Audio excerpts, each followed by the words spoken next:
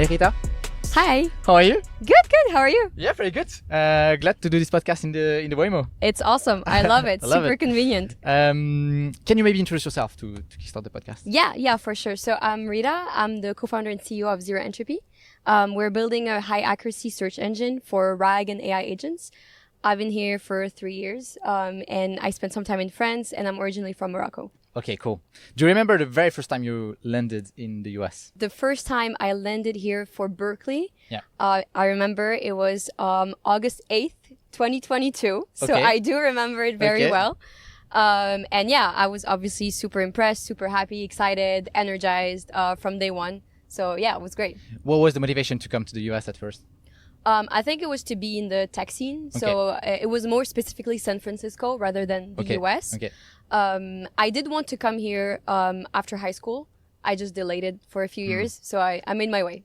So you did École Polytechnique in France, Yeah. and then the exchange with Berkeley, Exactly. and then you decided to stay in the US afterwards. Yes, exactly. What was the strategy here?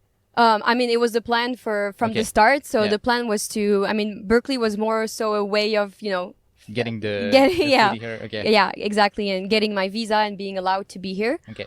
So it was the plan all along to, find a job, start maybe something. Yeah. I was already thinking about startups while at École Polytechnique. Okay. So that was the plan. Most people from École Polytechnique at Berkeley my year went back.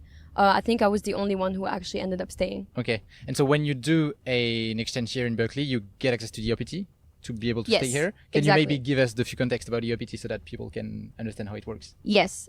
So basically, if you do a graduate program in the US, you get this visa called the F1 visa. If you studied business, you get 1 year of OPT. And if you did STEM, you get an additional 2 years. So a total of 3 years. Okay. And the goal is like, apply what you learned in school in a real world, like industry, in the industry. And yeah, it only lasts for 3 years. So the goal is to find a way to stay Yeah. longer than that. And so how was your job research in the US? Like, is it easy to get access to a job post-graduation here?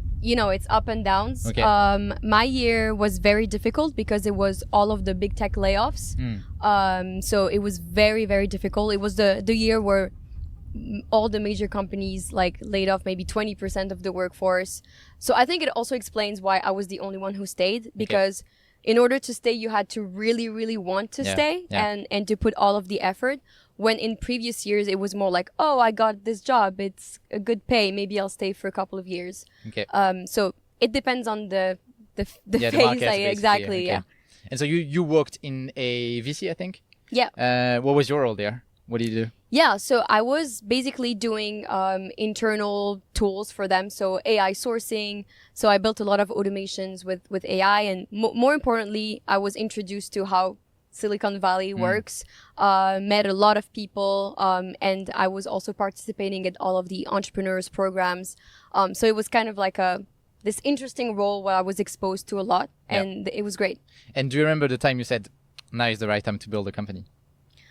Or did you have any aha moment like this, or was it like more a long-term thing? I think I already started during Berkeley. Okay. It didn't work out. It was the second time I was trying. Okay, what was the project back then? Yeah, so we were building like emotional chatbots, but it was before ChatGPT. Okay. And so after ChatGPT, there was this whole wave of everyone was doing chatbots, so it became lame.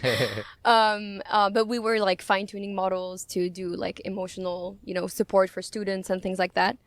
And I guess, so I was trying to start something, and then I joined this firm, and then it kind of like built up. So over the course of a few months, I wanted to go back and try again. Yeah. Especially being exposed to so many founders every single day. Yeah. So I tried to meet co-founders. I was going to all of those hackathons, all of those events, talking to friends and trying to come up with something. And then you joined EF in order to find a co-founder, right? Yeah, exactly. So what was your experience in the program there? It was great. So I guess the difference was that I had been trying to find someone for a few months. Yeah. But it was hard to find people that were actually committed. Many people have this idea of, one day I'm going to start a company, one day I'm going to do startups, but they never actually do.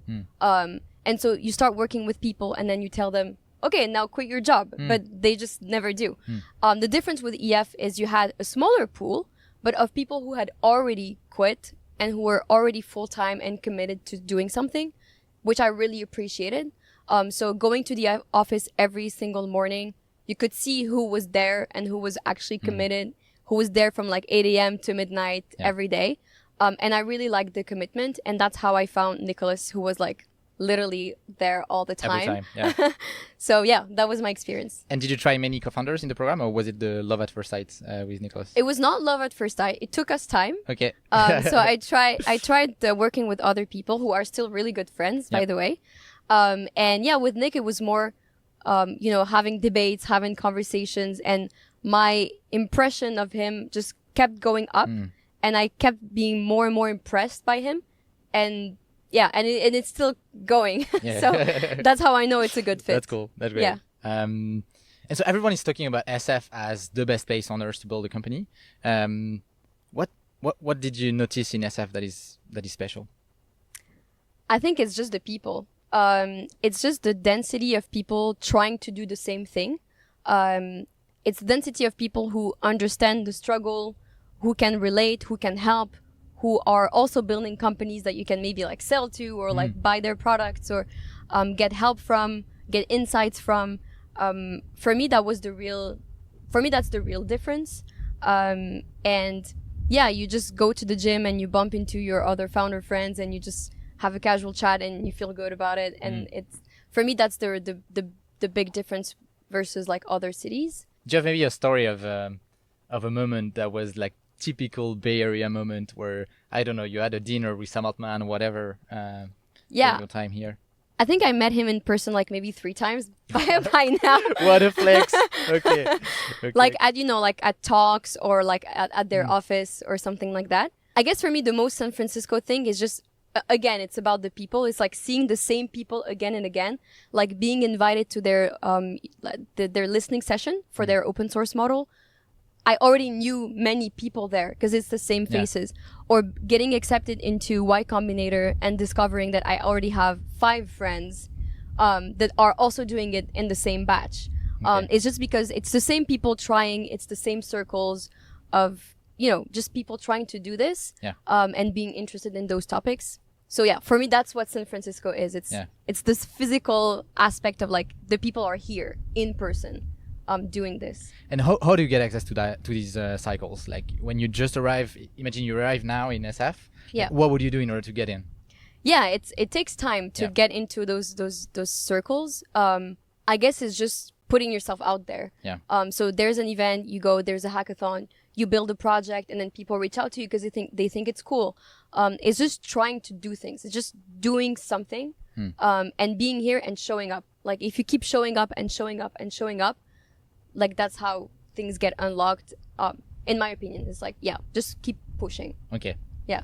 So maybe one last question. Like, I think this podcast video, I don't know how to call it, will be potentially seen by technical students, mostly in Europe, and some of them I know wants to come to the US at some point. Yeah. What would be your number one advice to do? Yeah.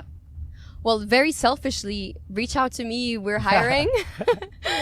So, I mean, we want to sponsor visas because we know that there's exceptional talent, technical talent in Europe. And it's pretty difficult to come here if you don't have the resources, if you're not coming here to study, you don't know anyone. So, yeah, reach out to me. Yeah, sure. What kind of roles? First, engineers. Okay. If you're an engineer, reach out to me.